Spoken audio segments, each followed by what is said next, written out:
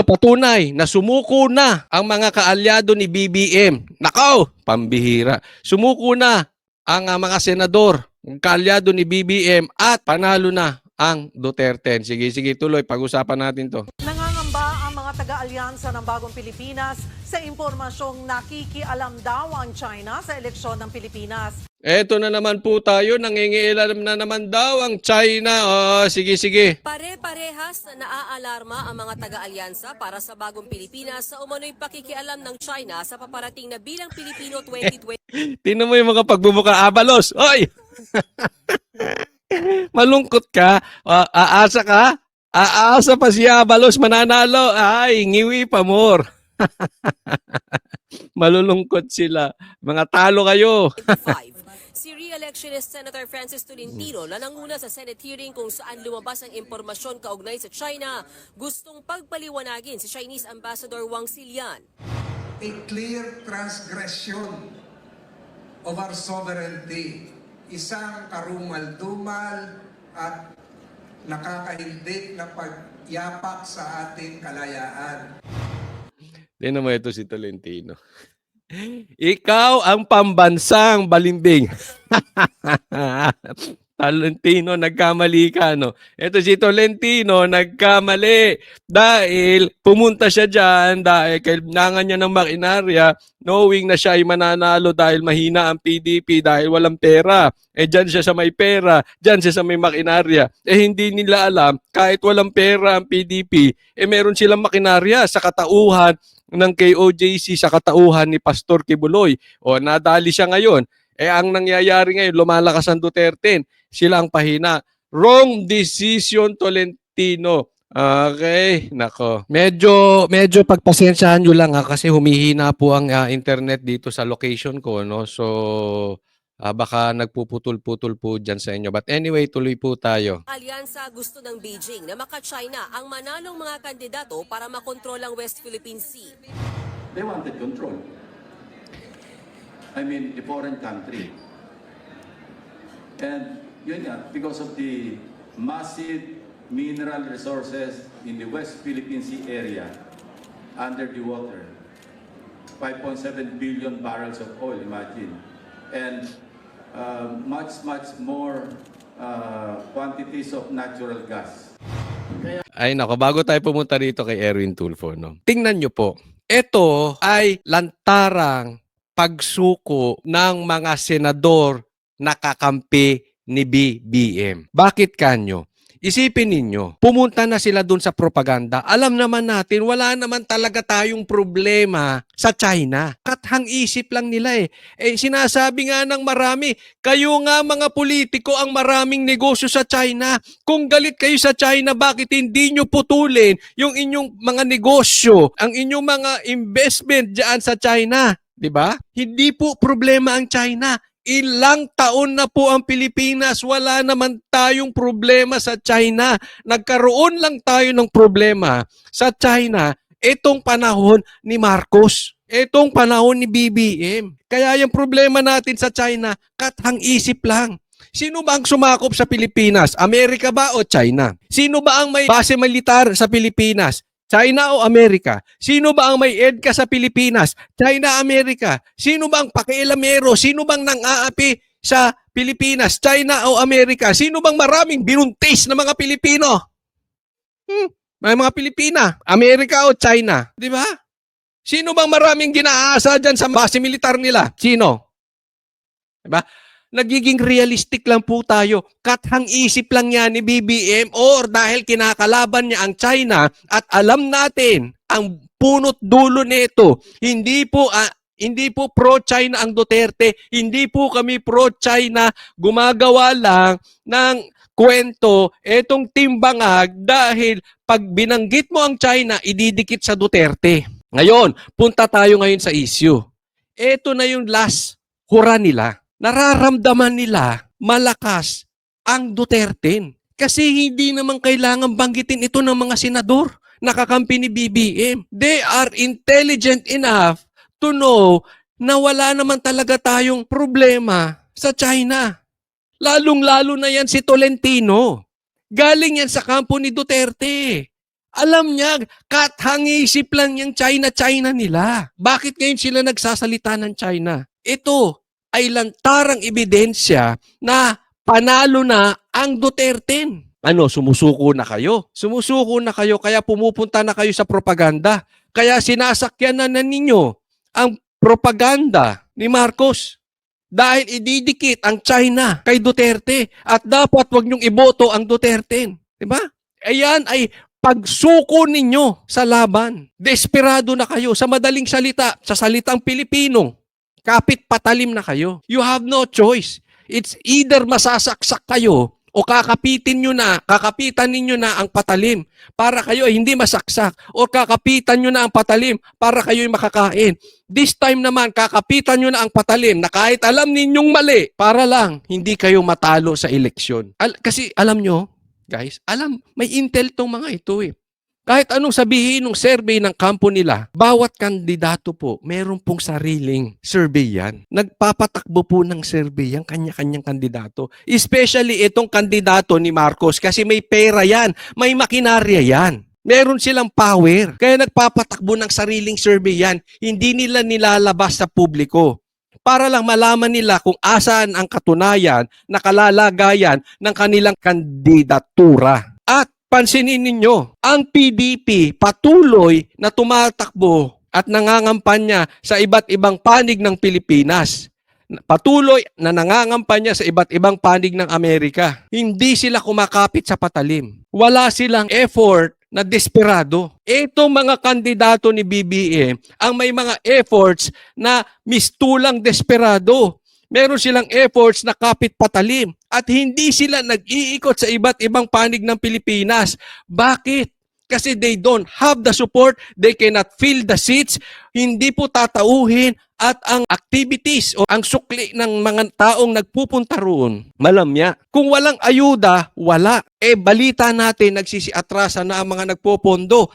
That thing itself, sa mga nababalitaan natin, na nag-aatrasa na ang mga negosyanteng nagko-contribute is really, kasi alam nyo yung mga negosyanteng yan, nag-aano rin yan, meron ding sariling survey yan. It's a sign na mahina na talaga itong kaalyado ni Marcos. Kaya patuloy po tayo. Itong natitirang linggo, itong natitirang araw, itodo na natin. Because all the signs, lahat ng pangyayari, lahat ng sinasabi man ng kampo ng Duterte o sinasabi man ng alyansa ni BBM, all points to the victory of PDP. Hindi lang po sa sinasabi ng Duterte niyan. Kahit sa sarili nilang bibig, nakikita nyo na ang desperation nila. Nakikita ninyo na malakas ang Duterte. Tuloy po tayo. Nasa kamay po ng tao, ng Pilipino, ng mga botante natin, sa inyo po. If you want a Chinese-controlled Senate. Tingnan mo, if you want a Chinese-controlled Senate, di ba? Now, sinong desperado? Naririnig nyo ba ang kampanya ng alyansa? Wala silang, ng Team Duterte, wala silang tinutulak kung hindi pa uwiin si PRRD. Etong mga ito, kinagat na nila yung propaganda, yung paninira ng Marcos. That they know, I honestly believe na alam nila ay katang-isip lang. Tolentino, magpakatotoo ka. House of Representatives controlled by China. And alam niyo na ho, what's gonna happen. Magiging sunod-sunuran po tayo. Dinipensahan naman ng mga kandidato ng alyansa ang patutsyada ni VP Sara Duterte sa planong pagbibenta ng 20 pesos na bigas sa Visayas. Ganun talaga eh. Whatever time. Bago tayo pumunta dyan sa bigas na yan, itong inaano ni Tolentino na meron daw mga nababayaran. Tolentino, meron daw nababayaran mga trolls. Tolentino, excuse me po. Baka bumalik sa'yo yung pinagsasasabi mo. Tatandaan mo, nasa kampo ka ng Duterte. Nasa kampo ka ng Duterte. Alam nila galaw mo. Excuse me, Tolentino. Ganun talaga eh. Whatever timing it is, kahit last year pa yun, sasabihin niya rin, konektado sa election. Ganun talaga. You will never be able to please everyone. Ayan, ang punto dito ni Tito Soto, yung timing daw, kasi kine-question, bakit ngayon lang lumabas ang 20 pesos na bigas? Di ba? Ang sagot ni, you cannot please everybody dahil ganun talaga eh. 'Di ba? Hindi po ganun talaga. Kasi ang tagal na pong hinihingi yung 20 pesos na bigas. Yan ay mistulang vote buying para sa amin. Bakit? Ngayon lang lumabas. Ang tagal nang hinihingi yan. At bakit lumabas lang yan sa Visayas? Bakit wala sa Mindanao? Alam nyo kung bakit? Kasi alam nila, hindi na nila makukuha ang Mindanao. Masasayang ang pera nila. At kung saan man ang kakarampot na natitirang pera nila, ang pera ng gobyerno para suportahan ang 20 pesos na bigas, sa Visayas yun. Kasi yung Luzon, hati na po dyan, no? Settled na po ang Luzon. Ang swing votes, Mindanao, ay Visayas. Mindanao, Duterte na yan. Luzon, fix na po sila dyan. Sa Visayas po, andyan po magtatalo. Dyan na lang po ang pinag-uusapan natin. Kaya dyan lang sila naglabas ng 20 pesos na bigas. Diba? Kung yan ay talagang pagtulong, hindi lang po taga Visayas ang tutulungan ninyo. Pati taga Mindanao dapat may 20 pesos na bigas. Pati Luzon dapat may 20 pesos na bigas. Ano yung mga taga Visayas lang ang tutulungan ninyo? Sila lang ang Pilipino? O dahil sila lang ang gusto ninyong boto? Alam mo, siyempre, I understand Tito Soto. No? I have nothing against him. Siyempre, yan ang sasabihin niya. Pero ako naniniwala, alam niya sa sarili niya that the timing is bad. Mali talaga. It's too late, too little. Ang tagal nang hinihingi, ngayon lang nilabas, tapos kakaunti pa, Visayas pa, tapos pagkain pa ng aso. Di ba? Yung bigas daw, pagkain ng aso. Able to please everyone. Sasabihin mo ba sa mga tao, after the election na lang doon ko lang ibibigay yung murang bigas kasi Ito, okay. Ang punto nitong si Binay, no? Ikaw nangingitim. Huwag ka nagsisinungaling, baka mangingitim ka. Gaya ng tatay mo, no? Ito ang punto niya, no? Ibig nyo bang sabihin, wag muna kayong kakain ng bigas kasi election. So wag muna namin ipamigay after the election, ipabigay. Wag na muna tayo magbenta ng 20 pesos na bigas dahil election no? So after the election na lang. Di ba? Ibig sabihin, wag muna kayong kumain. Hindi po. Bakit? Binay. Ang tagal na po. Ito kung nag-iisip ka mabuti, itong 20 pesos na bigas is not a matter of life and death. Because if that is a matter of life and death, patay na ang mga taga-Visayas. Bakit ngayon nyo lang ibibigay? Dapat matagal na may 20 pesos dyan sa Visayas. So hindi po to emergency, Binay. Sana naman bilang senador nag-iisip kayo. Hindi yung pwede sasabihin mo na, gusto nyo after na kayo kumain. Hindi po. Dahil at tagal-tagal na nila Ilang taon na silang hindi nakakakain dyan ng sakto, ng tama. Buhay naman sila, di ba? So hindi po ito yung emergency. Dahil kung emergency, late na kayo. 3 taon na buhay naman sila ng kakapiranggot ang bigas na kinakain nila dahil sa sobrang mahal at hindi na ibigay yung pangako ng boss mo. Yung pambubudol ng boss mo na magbibigay ng 20 pesos na bigas. Alam nyo lahat yung ginagawa nila? Yung binibintang nila sa China at yung naglabas sila ng 20 pesos na bigas. That is a desperation move. That is a desperation act by the government. And that is an admittance na malakas ang Duterte at sila ang mananalo. Kaya desperado na sila kung ano-anong naiisip nila. Ano bang punto ngayon, di ba? Sabi nila hindi sila maninira. Tito Soto, Tolentino, makinig kayo. Sabi nyo, hindi kayo pupunta sa negative campaigning and here you are, your team, nagsasalita about China na alam naman nating walang katotohanan. Don't tell me na hindi nyo alam. Don't tell us na hindi nyo alam na wala naman tayong problema sa China bago tumating si BBM. Tolentino, you all know that. Wala tayong problema sa China. Sa panahon ni Duterte, sa panahon ni Lapi, wala tayong problema sa lahat ng presidente except sa amo mo ngayong si BBM. Huwag mo sabihin hindi mo alam yan, Tolentino. sasabihin na namumulitika ako. Hindi naman ho ganun ang trabaho ng gobyerno Kung magbibigay mo na ngayon, ibigay mo na. 10 senatorial candidates ng alyansa ang nasa Pangasinan na todo kampanya kina Francis Tolentino at Benher Abalos na hindi pa pumapasok sa mga... Abalos, huwag ka nang umasa. Hindi ka mananalo. Kahit mamigay ka na ng bigay sa buong Pilipinas ng libre, you will not win. Taga mo sa bato yan. Hindi ka mananalo. survey. Wala naman sa campaign rally si Camille Villar dahil masama raw ang pakiramdam nito. May grand rally naman sa Iloilo ang mga pambato ni dating Pangulong Rodrigo Duterte. Bago yan, nag-motorcade muna si Jimmy Bondoc. Nangampanya naman sa Bataan si Willie Revillame. Bukod sa motorcade, nakipagpulong din siya sa Schools Division of... Maawa naman kayo, no? Huwag na si Willie. Pambihira naman Pilipino, matuto na tayo sa pagboto, pambihira, oh. Well, we should take the responsibilities din mga Filipinos, no? Yes, we admit ang laki ng pagkukulang ng gobyerno. Lalong-lalo na ang gobyerno ni Marcos. Talagang malaki ang pagkukulang. Pero aminin din natin, meron din tayong pagkukulang mga Pilipino. Dahil hindi tayo marunong bumoto eh, di ba? Ito wala nang sisihan. Ang liwa-liwanag ng sinabi ni Tatay Digong. Bangag yan bago pa lang na eleksyon. Ibinoto nyo pa rin. Hindi ko po kayo sinisisi, nagpapaalala lang, no? Ano sabi nyo kasi inendorso ni BP Sara. Ito na naman, may ini-endorso na naman si BP Sara. Sana po ang pakinggan natin si Tatay Digong. Ha?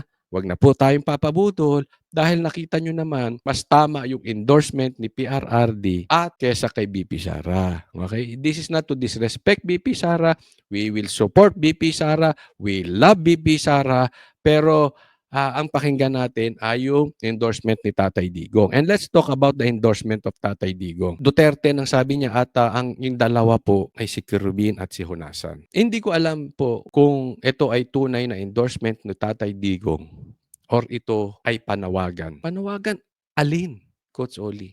Ito ay panawagan sa AFP. Kasi alam naman natin, dapat may responsibilidad ng AFP. Alam natin si Kerubin at si Honasan kung anong parte sila ng gobyernong ito.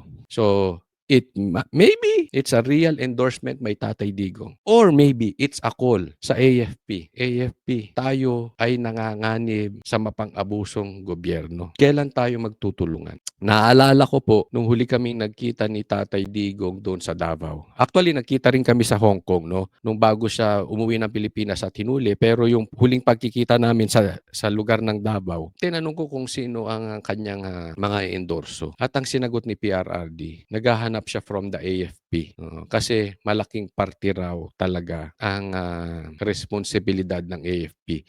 So that time, tinanong niya sa amin Banateros kasi kausap po namin si Tatay Digong. At hindi ko mamimintis marinig yon kasi si Tatay Digong, nasa tapat niya si Banat Bay tapos katabi na ako. At sinabi niya, sino sa tingin ninyo ang matinong na dapat nating i-endorsong AFP? Naghahanap na siya at that early.